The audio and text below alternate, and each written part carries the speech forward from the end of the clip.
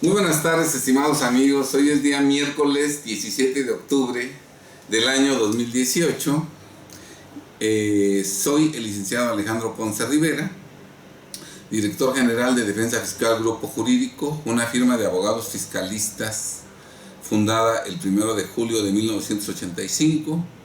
Y comento que en los 33 años de trayectoria profesional siempre ha sido nuestra misión proteger, defender y conservar el patrimonio y la libertad de los mexicanos, porque estamos totalmente convencidos de que solamente conservando patrimonio y libertad, los mexicanos podemos llevar una vida, una existencia digna de seres humanos, hijos de Dios. Bien, en este video vamos a hablar brevemente sobre cómo lograr que los 60 millones de mexicanos que viven en la pobreza y en la pobreza extrema adquieran patrimonio, adquieran bienes, adquieran recursos, para que ellos también lleven una vida digna de seres humanos. Bien.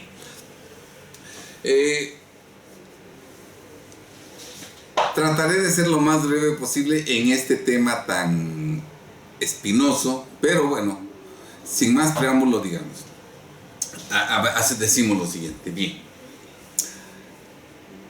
¿cómo lograr que el 100% de mexicanos, a la brevedad posible, tengan patrimonio, tengan solvencia económica, tengan recursos, tengan dinero? ¿Cómo lograrlo a la brevedad posible? Prácticamente la mitad de mexicanos viven en la pobreza y en la pobreza extrema. Y la otra mitad, bueno, tienen bienes, algunos con modestia y otros con mucha abundancia, ¿verdad? Hay gente que tiene poco y hay gente que tiene mucho. Y hay gente, la mitad de mexicanos, que no tienen nada. Desde luego, los que tienen mucho son una minoría y los que tienen poco, pues son millones de mexicanos. Y entonces, ¿cómo lograr que todos, porque finalmente todos somos humanos, todos somos seres humanos, todos somos mexicanos, ¿verdad? ¿Cómo lograr que todos tengan patrimonio de tal suerte que puedan llevar una digna feliz, una vida digna de seres humanos? Yo preguntaría, ¿el camino correcto sería quitarle su patrimonio a los que tienen para ayudar a los que no tienen? ¿Ese sería el camino correcto? Quitar el dinero a los que tienen, el patrimonio a los que tienen, para ayudar a los que no tienen. Si nosotros le quitamos el patrimonio a los mexicanos que tienen poco, mediano o mucho, si nosotros le quitamos a los mexicanos que tienen patrimonio su patrimonio, lo que estamos haciendo es incrementar el número de los mexicanos que no tienen patrimonio. En lugar de que se reduzca el número de mexicanos que no tienen patrimonio, intencionalmente, al privar de su patrimonio a los que lo tienen, intencionalmente estamos acrecentando el número de mexicanos en pobreza y en pobreza extrema, el número de mexicanos que no tienen patrimonio.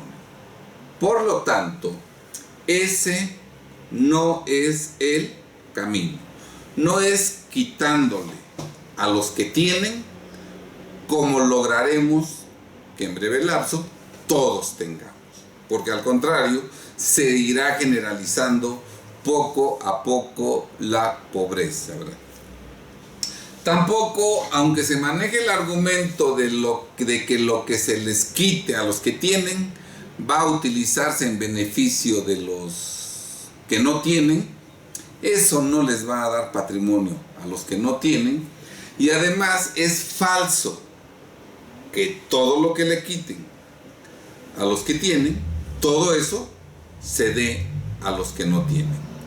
Ya hemos hecho nosotros algún video en el que hemos explicado que cuando un particular pierde su patrimonio a manos del gobierno porque se lo decomisan, se lo embargan, se lo extinguen, etcétera, etcétera, ese patrimonio del mexicano se entrega al SAE para que el SAE lo enajene, y el SAE lo enajena a precios insignificantes, a precios irrisorios, prácticamente los regala a una élite que compra los bienes en lotes de miles y miles de bienes, pagando centavos, y esos centavos, si estamos hablando de decomiso, nunca llegan al pueblo, porque esos centavos se reparten entre el Poder Judicial de la Federación, la PGR, la Secretaría de Salud y un fondo de víctimas.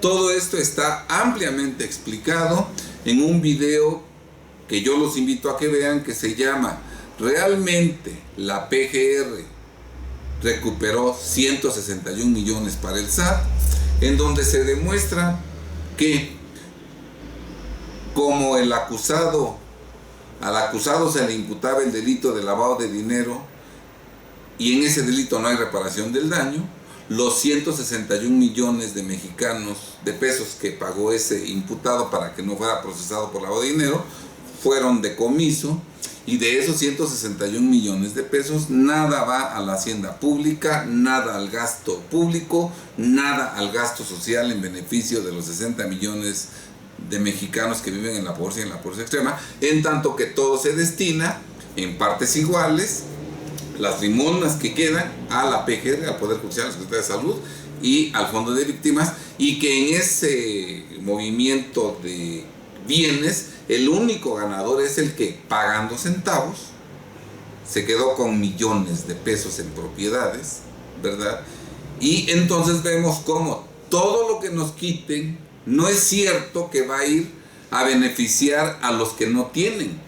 Si nos quitan esto, ¿verdad?, si es a través de decomiso, no llega un peso a los 60 millones de mexicanos que están en la pobreza extrema. No llega un peso. Y si nos los embargan, llegan migajas, porque suponiendo que se embargan, en el ejemplo, 161 millones de pesos, ¿verdad?, esos el SAE los va a malbaratar probablemente en 1 millón de pesos.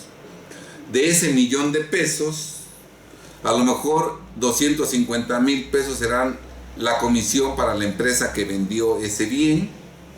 A lo mejor 250,000 pesos con lo que se queda el SAE por haber administrado y enajenado los bienes, y el excedente, 500,000 pesos, es lo que se entregaría a la hacienda pública para que esos 500,000 pesos se destinen al gasto público y al gasto social en beneficio de los que no tienen. En el ejemplo que hemos mencionado, se embargaron 161 millones y nada más se gastó en beneficio de los 60 millones de mexicanos en pobreza extrema $500,000. ¿Quién fue el ganador? Bueno, pues el ganador fue el integrante del gran capital mundial, que pagando 1 millón de pesos se quedó con bienes que en realidad valen 160 millones.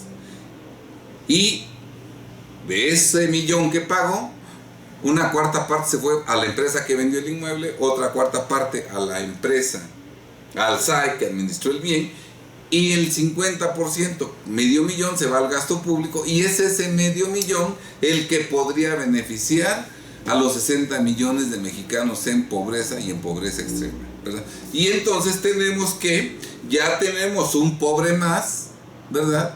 Y la riqueza que está distribuida entre millones de mexicanos cada día va a estar más concentrada en unas cuantas manos que, pagando centavos, se quedarán con el patrimonio de todos los mexicanos. Entonces, ese no es el camino para que México salga adelante.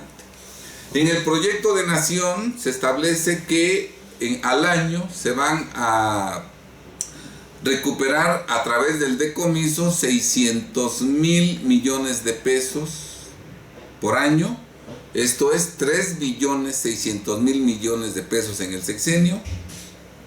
También en el proyecto de nación 2018-2024 se consigna que por delitos tributarios se van a recuperar 700,000 millones de pesos anuales, 4,200,000 millones de pesos en el sexenio. En pocas palabras, se piensan recuperar 7.600.000 millones de pesos. En México, el Banco de México dice que hay en circulación aproximadamente 1,5 billones de billetes y monedas. 1,5 billones. Si en el sexenio se esperan recuperar 7.800.000 millones de pesos, eso significa que no se van a recuperar en efectivo, porque nada más hay 1,5 billones de billetes y monedas. Se van a recuperar en bienes. Y para que se recuperen 7.800.000 millones de pesos, realmente requieren de privarnos de fácil 100 billones de bienes que, subvaluados y malbaratados en centavos, den 7.800.000 millones de pesos. Entonces, si en este sexenio millones de mexicanos pierden en conjunto 100 billones de bienes, veremos cómo el 60% actual de mexicanos que viven en la próxima pobreza se incrementará considerablemente, porque seremos más los mexicanos que no tendremos bienes y dinero, y cada día serán menos los mexicanos que tienen bienes y dinero, y que seguramente lo perderán. Si no lo pierden en este sexenio, lo perderán en el siguiente sexenio. Entonces, ese es el camino que debemos seguir para que todos los mexicanos tengamos patrimonio. No es el camino, no es el camino. Para que todos los mexicanos tengamos patrimonio en breve lapso, lo primero que tenemos que hacer es, como pueblo, como nación, que los mexicanos que tienen patrimonio lo conserven. Si han cometido delitos tributarios, si han cometido lavado de dinero, que se comete siempre, que se usa dinero que no se declaró fiscalmente. Por eso, cuando alguien es acusado de lavado de dinero, también puede ser procesado por defraudación fiscal. Si alguien, pues, en pocas palabras, no ha pagado correctamente sus impuestos, que el gobierno se los cobre, como debe de ser. Que le cobre lo que dejó de pagar, ¿verdad? Pero que no, porque dejó de pagar 1 millón de pesos, le quite 20 millones de pesos en propiedades. No, porque dejó de pagar medio millón de pesos, le quite 4 millones de pesos en propiedades. No, porque dejó de pagar 10 millones de pesos, le quiten 100 millones de pesos en propiedades, porque eso no es justo. Tenemos en México leyes totalmente injustas que propician que si tú dejas de pagar 1 millón de pesos, el gobierno al final de cuentas te pueda quitar, de 1 millón te pueda quitar 10 o 15 millones de pesos. ¿Por qué? Porque te cobran el impuesto histórico, te cargan la inflación que no generas tú, la genera el gobierno, la inflación con sus pésimas políticas monetarias. Te cargan los recargos, que son unos recargos usureros, 1.47% mensual, usureros, ¿verdad? Leoninos. Después te imponen multas escandalosas del 55% del impuesto histórico omitido. 55%. Y luego todavía te pueden imponer aumentos de multa del 50 o del 60% del impuesto histórico omitido, de tal suerte que si tú omitiste 1 millón de pesos, entre multa y aumento de multa te pueden cobrar 1.050.000 pesos de multas o 1.150.000 pesos de multa, ¿verdad? Y después de que pagas todo eso, un solo peso no es deducible del impuesto sobre la renta, y desde luego no tienes IVA acreditable, porque después de que te quitaron todo este dinero, todavía sobre lo que pagaste, sobre lo que entregaste al fisco, tienes que pagar tu impuesto sobre la renta, tu IVA, porque para el fisco ese dinero no lo gastaste, no es deducible ni es acreditable. Y luego tú perderás la cantidad, es como un cáncer, un crédito fiscal. Esto es lo que debías, y gracias a la actualización, recargos, multas y aumentos de multa, es como un cáncer. Tú ahora debes esto. Bueno, tú podrías perder esto únicamente en el caso de que tengas el efectivo para pagar. Te vienen a cobrar 7 millones y medio si lo tienes. Porque si cuando te vienen a cobrar los 7,5 millones no tienes, entonces puedes perder bienes, si tienes, por 20 millones de pesos, que te van a evaluar a lo mejor, si tienes suerte, en 10 millones de pesos, que van a salir a remate en 2/3 partes del valor de avalúo, 6,666,000 pesos, que no se rematan en el único remate que hay, se los adjudica el fisco al 60% del valor de avalúo. El fisco se adjudica a los 6 millones de tus bienes que valen 20 millones, se los adjudica a 6 millones de pesos, y resulta que esos 6 millones de pesos ni siquiera alcanzan porque tú debías 7,5 millones. Y ya te quitaron 20 millones en propiedades y resulta que todavía sigues adeudando impuestos. El sistema fiscal que tenemos en México es totalmente inhumano, de mucha maldad, de mucha iniquidad. Entonces, tiene que haber una reingeniería en las leyes para que si tú omitiste 1 millón de pesos, ¿qué es lo que le pagues al fisco? Pues 1 millón de pesos nada más, con la actualización dividida. Mitad de actualización que cargue el gobierno y mitad de actualización que cargue el particular, porque la inflación no la generamos los particulares, la genera el gobierno. Y que sean recargos humanos, recargos justos. ¿Cuál podría ser un recargo justo? El interés mensual que te paga el banco por una inversión. Si el banco te paga por una inversión, ¿qué? 0,5%, pues que el recargo sea del 0,5%. Yo creo que el banco paga intereses anuales como el 4% anual. Bueno, pues divide el 4% anual entre 12 meses y que ese sea el monto del recargo moratorio. Y las multas, que sean multas modestas, que sean multas pagables. Es un castigo, no es un acabar contigo porque defraudaste al fisco, y que se eliminen por completo los aumentos de multas. Entonces, tiene que haber una reingeniería, y si alguien defraudó al fisco, que le cobren lo que defraudó, y no que porque defraudó 1 millón de pesos, le quiten propiedades en 20 millones y todavía sigue debiendo. Esa maldad no debe seguir funcionando en México. Entonces, deben ajustarse las leyes fiscales y volverlas humanas, como si realmente nos amaran a los mexicanos, de tal suerte que no se utilice la ley fiscal ni el delito de lavado de dinero para quitarnos todas nuestras propiedades por un pequeño pecado. Que nos quiten en todo caso lo que defraudamos al fisco, pero que no por defraudar 1 millón nos quiten de todas nuestras propiedades, sean de 8, 14 o 20 millones. Entonces, lo primero que tenemos que hacer para que México salga adelante es que los que tienen patrimonio lo conserven. Y ahora, generar condiciones adecuadas para que estos que tienen patrimonio creen fuentes de empleo, establezcan empresas, que den trabajo a los 60 millones que viven en la pobreza y en la pobreza extrema, que no tienen trabajo, que creen trabajo, porque solamente generan trabajos los particulares. El gobierno no genera fuentes de empleo, solamente los particulares. Entonces, que les dejen su dinero a los particulares y que se generen condiciones adecuadas para que estos creen empleos, que den un trabajo a los 60 millones de mexicanos que viven en la pobreza, que se generen condiciones adecuadas para que los sueldos que paguen sean dignos, que les permitan cubrir sus necesidades. Y si bien es cierto que el sueldo sería elevado, eso a su vez generaría que todos los mexicanos tengamos poder adquisitivo, que compremos bienes y servicios, de tal suerte que el sueldo que pagan las empresas se les regresa como pago por los servicios y bienes que venden, incrementan sus ingresos, pueden volver a pagar sueldos, consumen, incrementan, y es esta circulación del dinero el que nos puede llevar adelante.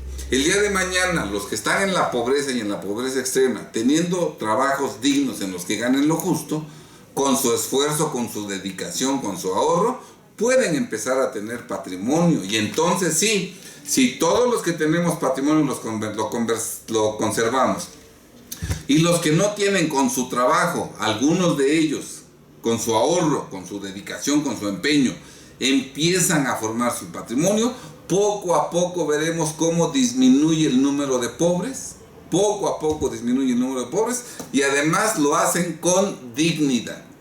Pero no es quitándoles a los que tienen como se va a resolver el problema de los que no tienen. Si el gobierno lleva a cabo la función o la meta de decomisarnos en el sexenio 3.600.000.000.000 de pesos por lavado de dinero y de embargarnos 4.200.000.000.000 de pesos por delitos tributarios, y se sacan, entre paréntesis, de circulación bienes con valor de 7.800.000.000.000 de pesos, que para que el SAE cobre esa cantidad se requiere que nos hayan embargado como 100 billones de pesos a los mexicanos, ¿verdad? Cada día habrá más miles y miles y millones de mexicanos que perderán su patrimonio, que engrosarán la fila de los millones que viven en pobreza y en pobreza extrema, porque además el mexicano que pierda su patrimonio va a cerrar fuentes de trabajo y va a lanzar al desempleo a miles y miles de trabajadores, que estos trabajadores desempleados con su familia engrosarán el número millonario de millones que viven en la pobreza y en la pobreza extrema. Concluyendo, no es quitándoles a los que tienen patrimonio como lograremos que todos tengamos patrimonio. No, de esta manera se va a generalizar la pobreza, se va a concentrar en unas cuantas manos, y los que adquieran las propiedades de los mexicanos serán de los más ricos del mundo, porque México es el país más rico del mundo. Y si pocas manos tienen la riqueza de todo el país, ellos serán de los más ricos del mundo. No es concentrando la riqueza en unas cuantas manos como podremos salir adelante. Lo que se requiere es democratizar la riqueza, que cada día sean más millones de mexicanos los que tengan patrimonio, que los bienes que hay en México sean propietarios cada vez más millones, y es así como saldremos adelante. Por eso, si queremos que todos tengan patrimonio, dejemos que los que tienen patrimonio lo conserven, generemos las condiciones para que los que tengan patrimonio hagan fuentes de trabajo bien remuneradas, y entonces con su trabajo los millones de mexicanos pobres y en la pobreza extrema, si le echan ganas, si son ahorrativos, podrán empezar a generar su patrimonio personal, y en esa medida disminuirá paulatinamente el número de mexicanos en la pobreza. Este es mi punto de vista, analícenlo y les deseo que sean muy felices y que cada día, entre ellos tú, todos tengamos patrimonio cada día en mayor cantidad. Sean felices. Muy buenas tardes.